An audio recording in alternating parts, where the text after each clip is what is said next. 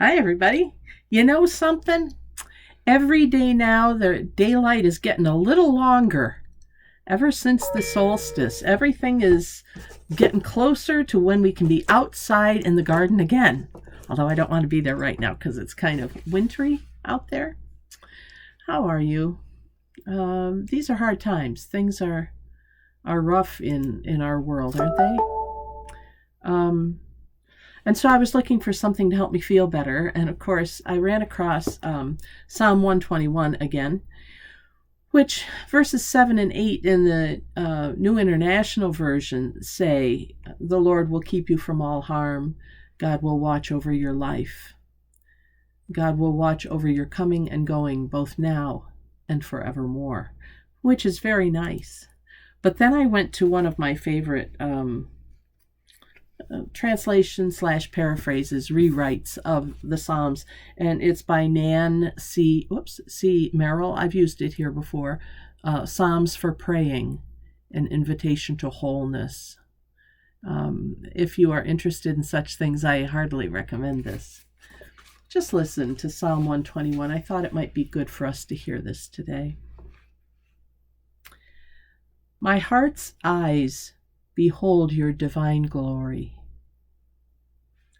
From whence does my help come? My help comes from you, who created heaven and earth.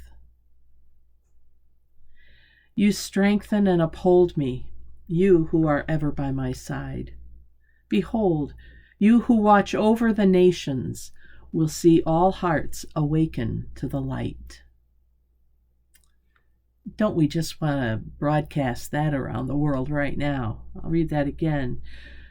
Behold, you who watch over the nations will see all hearts awaken to the light. For you are the great counselor. You dwell within all hearts, that we might respond to the universal heart. Like the sun that nourishes us by day, like the stars that guide the wayfarer at night, in you we shall not be afraid of the darkness, for you are the light of our life. May you keep us in our going out and our coming in from this time forth and forevermore. Here ends the reading from Nan Merrill. I think it's important for us to be thinking about these things in light of what's happening, what's projected to happen. We're getting all these reports now about violence at state capitals, maybe starting as early as Saturday. So far, I think there have been 170 arrests made of the seditionists. That's going to take a long time to play out. They need a lot of information. They will gather a lot of evidence. I would think that we would see trials anywhere from 12 to 18 months from now. But it's good to arrest people and get them off the streets and see if they want to give information to kind of plea bargain down to a lesser charge than seditious, what's the word? Not collaboration. I can't think of it right now, but when you're all working to bring about sedition. And so anything that brings comfort, I think, is a good thing. And this idea that we can feel better when we read something like this is important, because we have to remember that we are spiritual beings inhabiting physical space. We're not physical beings trying to become spiritual. We already are spiritual. We are already connected to God. And when I get really upset or scared or preoccupied, I come back to that fact. I remind myself that no matter what, I am in God's loving and protective hands. And you can kill my body, but you cannot kill my soul. And I think we need to start kind of remembering that. No matter what happens to us in our physical world, no matter what horror there is, and there's horror all around the world, isn't there? No matter what horror there is, we are beloved and our spirit will live on, and our spirit is safe No one can touch that. No one can hurt it. You dwell within all hearts that we might respond to the universal heart. Like the sun that nourishes us by day, like the stars that guide the wayfarer at night. In you we shall not be afraid of the darkness.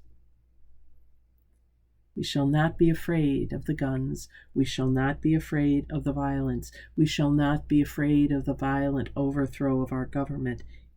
If people should try to do that, we don't have to be afraid. We can fight it without fear. You shall not be afraid. In you, we shall not be afraid of the darkness, for you are the light of our life. And in the end, that's what will shine through. And I believe that. I believe it will shine through with people in D.C. and around at the state capitals. Sadly, I do think that more people will be martyred.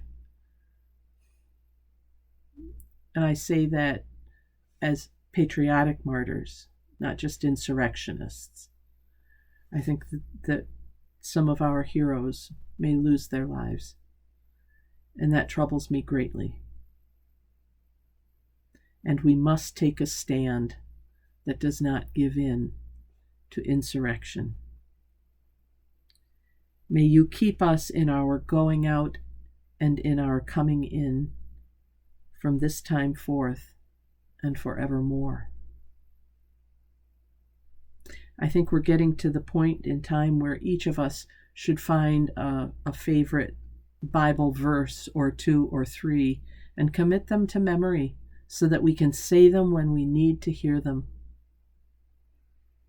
May you keep us in our going out and in our coming in from this time forth and forevermore.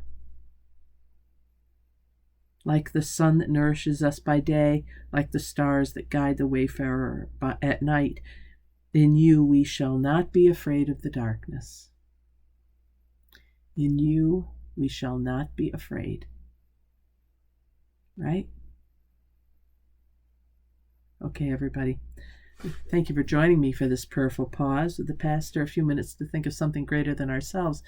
In this case, it is connecting with that spirit that is with us all the time. In you we shall not be afraid. Fear not, for behold, I bring you tidings of great joy, which shall be to all people. For unto you is born this day in the city of David a Savior, which is Christ the Lord. No matter what, that's the truth. I hope you have a great day today. I'm Pastor Deb Swift with South Presbyterian Church in Rochester, New York. Thanks for watching this prayerful pause with the pastor. We'll see you next time, and until then, please be safe. Wash your hands, don't touch your face. Be aware of your environment and your surroundings. Okay? All right, God bless. Take care. Bye for now.